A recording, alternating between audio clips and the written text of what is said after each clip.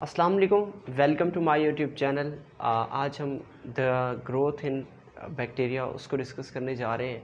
अगर आप लोग नए हैं तो आप लोगों से रिक्वेस्ट है कि चैनल को सब्सक्राइब करना है और उसके साथ साथ जो हमारा नेक्स्ट वीडियो होगा वो होगा रिप्रोडक्शन इन बैक्टीरिया। तो इसको डिस्कस करते हैं। Growth in bacteria. अब इसका मतलब ये होता है कि जो बैक्टीरिया में ग्रोथ का मतलब ये होता है, उस पहली बात तो हम साइज़ की बात करते हैं कि बैक्टीरिया साइज़ में भी इंक्रीज़ होता है और उसके अलावा नंबर में भी इंक्रीज़ होता है। द इंक्रीज़ इन नंबर और साइज़ ऑफ बैक्टीरियल सेल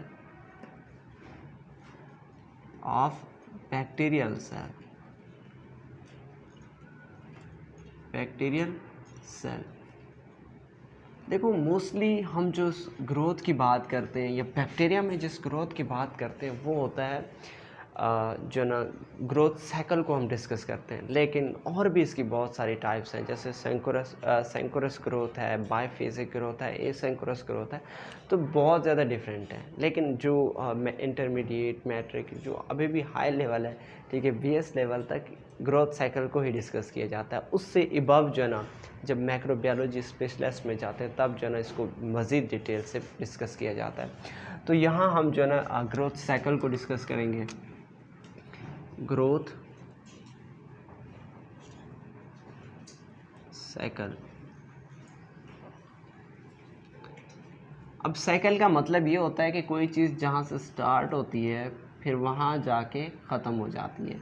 अगर वो साइकिल यहाँ से स्टार्ट हुई है तो वो साइकिल फिर जो ना अपने इसी जगह पे दोबारा आके एंड हो जाती है, ठीक है। तो इसमें भी यही होता है कि पहले जो ना उसकी ग्रोथ अकर होती है, नंबर साइज़ इंक्रीज़ होते हैं, फिर जो ना एक कांस्टेंट लेवल आ जाता है, फिर जो ना वो डिक्रीज़ होके अपने पॉइंट पे आ जाते हैं। मतलब ऐसा समझे कि ग्रोथ को आपने कितने हिस्सों में डिवाइड किया हुआ है, 4 हिस्सों में डिवाइड किया हुआ है, 1 2 3 4। ओके, तो अगर हम इनके नाम की बात करें तो पहला जो ग्रोथ का फेज़ होता है, उसको हम बोलते हैं लैग फेज़। लैग फेज़ क्या होता है? ये जो ना मैच्योरिंग फेज़ होता है, इसमें जो बैक्टीरिया है वो खुद को मैच्योर करता है। और उसके अलावा क्या होती है? सिंथेसिस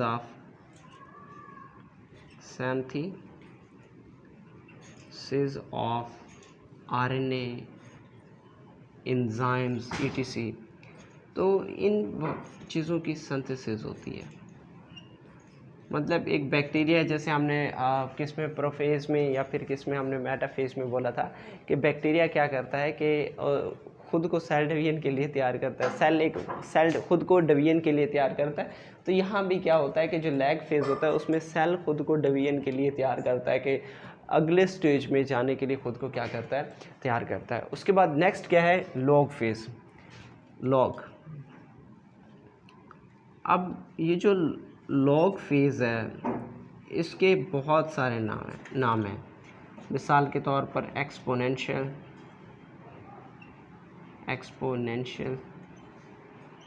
ग्रोथ, इसी तरीके से इसको लोगारिथम ग्रो भी बोलते हैं, जिसे शॉर्ट में लॉग फेज़ भी लिखा गया है। अब इसमें क्या होता है? बैक्टीरिया उसकी डिवीजन होती है। अब डिवीजन से फिर जो ना डबलिंग सेल्स प्रोड्यूस होते हैं। मिसाल के तौर पर आप बात कर लें कि 1 से जो ना पहले एक सेल से 2 सेल बनते हैं, 2 से फिर 4 बनते हैं, 4 से कितने बनते हैं? 8 बनते हैं, 8 से कितने बनते हैं? 16 बनते हैं, 16 से कितने बनते हैं? 32 बनते हैं। अब इसमें क्या हो रही है? जो बैक्टीरिया की ग्रोथ है वो डबल हो रही है, डबलिंग इंक्रीज़ हो रही है, ठीक है। ये किस में होता है? ये इसी लॉग फेज़ में होता है। और उसके बाद इसको हम जो ना एक उससे मेंशन करते हैं कि 2 की पावर n। अब इसका मतलब है अगर फर्स्ट डिवीजन हो रही है तो 2, 2 की पावर 1 किसके बराबर होता है, 2 के बराबर होता है। इसी तरीके से 2 की पावर 2 सेकेंड डिवीजन में कितनी हो जाएगी, 4 हो जाएगी। इसी तरीके से 2 की पावर 3 कितनी हो जाएगी, 8 हो जाएगी। तो ये इसमें 2 की पावर n के हिसाब से ये क्या होते रहते हैं, डिवाइड होते रहते हैं, ठीक है। तो इस तरह से जो ना इसमें ये जो ग्रोथ है वो अकर होती है और इस तरीके से उसमें क्या होती है, जो इंक्रीज़ इन नंबर है वो टेक प्लेस होती है। अब उसकी वजह क्या है, ये जो इंक्रीज़ इन नंबर होता है वो किसकी वजह से इंक्रीज़ होता है कि इसमें जो एनवायरनमेंट होता है वो सूटेबल होता है। एनवायरनमेंट ओके, वो सूटेबल होता है। इसी तरीके से नॉर्मल टेम्परेचर की बात कर लें, वो होता है नॉर्मल टेम्परेचर का मतलब ये कि जो उनको चाहिए उनके मुताबिक उनका टेम्परेचर है। इसी तरीके से अगर हम बात करें कि उनमें जो है ना न्यूट्रिएंट्स, एक्सेसिव न्यूट्रिएंट्स मौजूद हैं, फूड मौजूद है, सब कुछ मौजूद है, उनकी ग्रोथ हो रही है, उनकी रिप्रोडक्शन हो रही है, इस तरीके से वो अपना साइज़ क्या कर रहे हैं, इंक्रीज़ कर रहे हैं। और उसके बाद जो थर्ड फेज़ है, थर्ड फेज़ को हम बोलते हैं स्टेशनरी फेज़। थर्ड फेज़ को हम क्या बोलते हैं, स्टेशनरी फेज़। Stationary phase.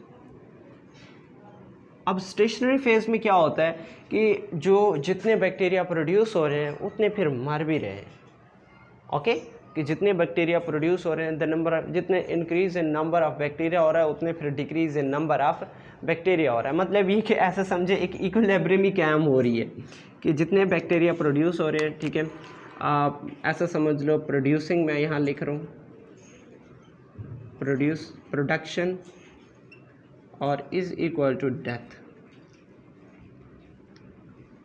अब इसकी वजह क्या होती है कि न्यूट्रिएंट्स की कमी स्टार्ट हो जाती है, मुख्तलिफ़ किस्म के इन्वायरमेंटल फैक्टर्स जो कि इफ़ेक्ट होना स्टार्ट हो जाते हैं, ठीक है, कम्प्लीटली जो है ना वो नेक्स्ट फेज़ में जाके इफ़ेक्ट करेंगे। तो इसमें क्या होती है कि जितने सेल्स, जितने बैक्टीरियल सेल प्रोड्यूस होते हैं उतने फिर मर रहे होते हैं। इस चीज़ को हम क्या कहते हैं, स्टेशनरी फेज़। अब मिसाल के तौर पर मैं आपको यहाँ से साथ में इसके जो डायग्राम बताता चलूँ कि पता नहीं सर ने डायग्राम ही नहीं बनाया। तो ये ऐसा समझ लें कि ये उनका बैक्टीरिया का ये टाइम ले लें, ठीक है, ये टाइम है और ये क्या है, उनकी लॉग है, ओके। अब इसमें क्या होता है कि देखें कि बैक्टीरिया जो फर्स्ट फेज़ उनकी होती है, ठीक है, उसको हम क्या बोलते हैं, लैग फेज़। अब लैग फेज़ में वो खुद को किसके लिए तैयार करते हैं, रिप्रोडक्शन के लिए। लेकिन फिर उसके बाद उनकी क्या हो जाती है कि डबलिंग इंक्रीज़ हो जाती है, डबल सेल इंक्रीज़ होते हैं, ठीक है। फिर क्या होता है कि वक्त आता है कि उनमें जितने प्रोड्यूस हो रहे होते हैं उतने फिर मर रहे होते हैं। अब फिर मज़ीद जो ना एक ऐसा वक्त आता है जिसमें प्रोडक्शन ज़्यादा हो रही होती है और फिर जो ना डेथ ज़्यादा हो जाती है और प्रोडक्शन कम हो जाती है। तो ये जो ये इंक्रीज़ अचानक जो इंक्रीज़ हुआ है इसको हम बोलते हैं लॉग फेज़। और ये जो ये इस मतलब जो बराबर होगी इसको हम बोलते हैं स्टेशनरी फेज़। और ये जो जिसमें उनकी तादाद डिक्रीज़ होगी उसको हम क्या बोलते हैं, डिक्लाइन फेज़।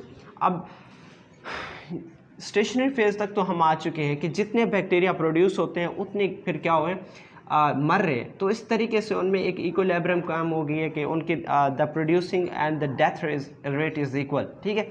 अब जो नेक्स्ट होता है वो है डिक्लाइन।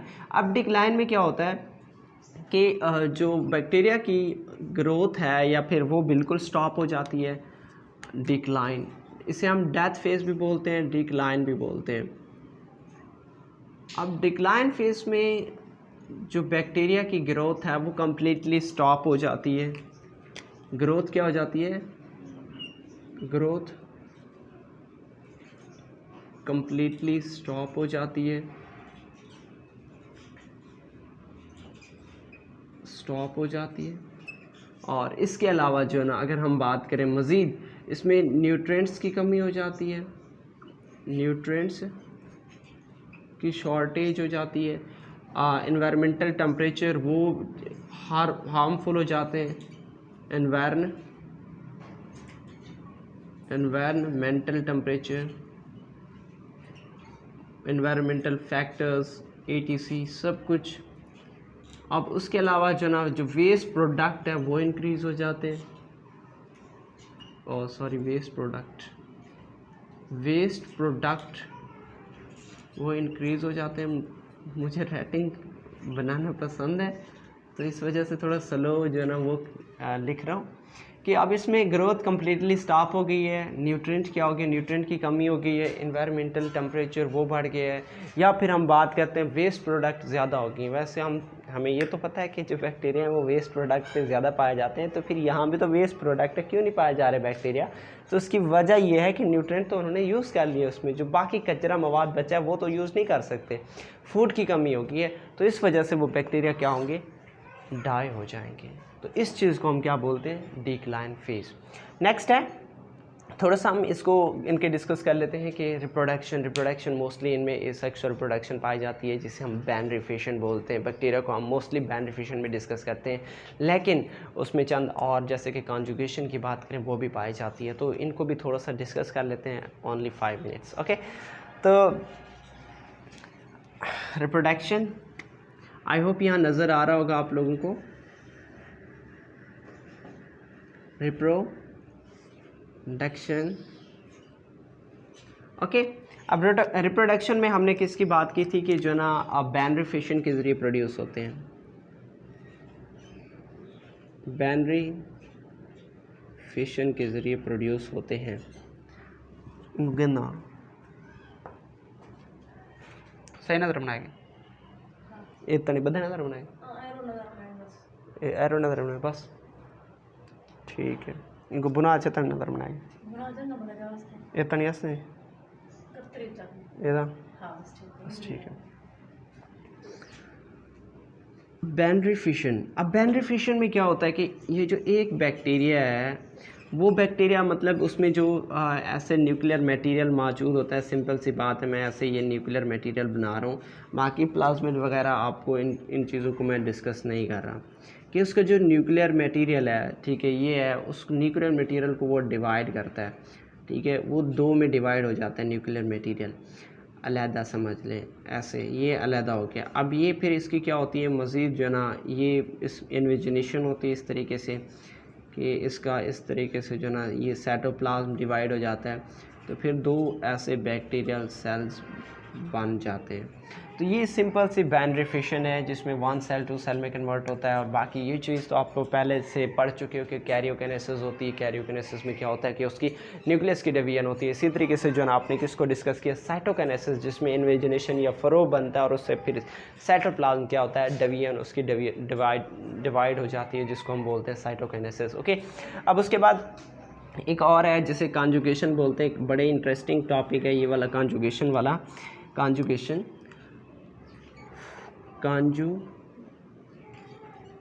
वैसे थोड़ा सा वाइट बोर्ड छोटा है तो इसलिए जो ना एडजस्ट करना पड़ रहा है, कभी थोड़ा सा उधर थोड़ा सा इधर।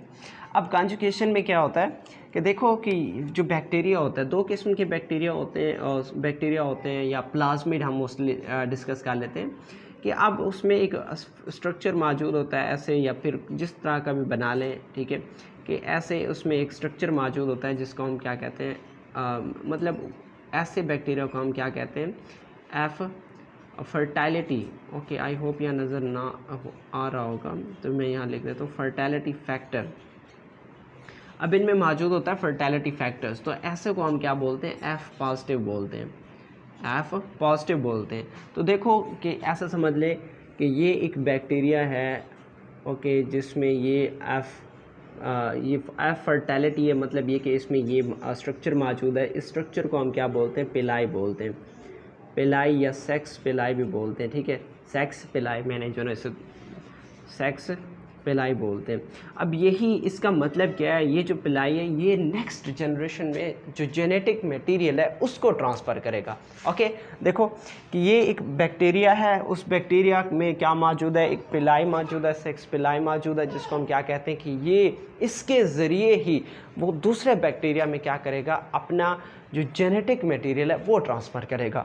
तो देखो अब ये जो पिलाई है, फर्टिलिटी फैक्टर्स, मतलब इनमें प्लाज्मिड पाया जाता है, एफ प्लाज्मिड हम जिसको बोलते हैं कायोली, एफ प्लाज्मिड को वो क्या करते हैं कि इसके अंदर ट्रांसफ़र कर देते हैं, मतलब वो भी फिर क्या हो जाता है, फर्टाइल हो जाता है। ओके, अब इसमें ये जो सेकंड इस तरफ पे हम ले लेते हैं कि ये जो ना एक और बैक्टीरिया है ठीक है, ये उसका ऐसे समझ लें, ये न्यूक्लियर मटेरियल ऐसे पड़ा हुआ है। तो अब होता क्या है कि ये जो बैक्टीरिया है ये इनक्लोज आएंगे और ये जो इनके दरमियान में एक अटैचमेंट हो जाएगी, मैं यहाँ बना रहा हूँ कि ऐसे ये एक हो गया, ठीक है, और ये दूसरा हो गया। अब इनके साथ जो ना एक ऐसे अटैचमेंट बन जाती है उस पिलाई के अंदर की तरफ, तो वो जो इनका प्लाज्मिड होता है वो प्लाज्मिड इनमें भी डिवाइड हो जाता है, इनमें भी चला जाता है, ठीक है।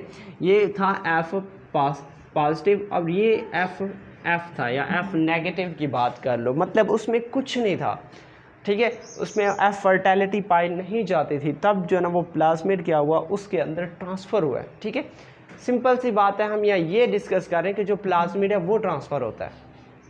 अब फर्टिलिटी की फैक्टर की बात करते हैं, उसमें क्या होता है कि इसे हम एफ पॉजिटिव के तौर पर मेंशन करते हैं। इसमें क्या मौजूद होता है, पिलाई मौजूद होता है। किसकी, एफ पॉजिटिव की बात हो रही है कि इसमें पिलाई मौजूद होता है और इसमें जो जेनेटिक मटेरियल है वो क्या होता है कि उस पिलाई के ज़रिए एक और बैक्टीरिया में ट्रांसफ़र हो जाता है जिसको हम एफ नेगेटिव बोलते हैं, एफ नेगेटिव बोलते हैं। जैसे जेनेटिक मटेरियल उसमें जाएगा, अब इसका नेगेटिव का मतलब नहीं है कि उलट है, उससे हम इसलिए बोल रहे हैं कि उसमें वो प्लाज्मिड मौजूद नहीं है। जैसे ही ये जो ये प्लाज्मिड है वो उसमें चला जाएगा तो वो भी पॉजिटिव में कन्वर्ट हो जाएगा, क्योंकि उसमें भी आ गया ना, वो जो प्लाज्मिड नहीं है, फर्टिलिटी फैक्टर नहीं था, वो उसमें आ गया है, तो इसलिए वो भी क्या हो जाएगा, कन्वर्ट हो जाएगा कि एफ प्लस एफ नेगेटिव मिलकर क्या बनाते हैं, 2F पॉजिटिव। कि अब ये वाला बैक्टीरिया वो भी फर्टिलिटी फैक्टर पोजेस करता है और वो बैक्टीरिया वो भी फर्टिलिटी फैक्टर पोजेस करता है, ठीक है।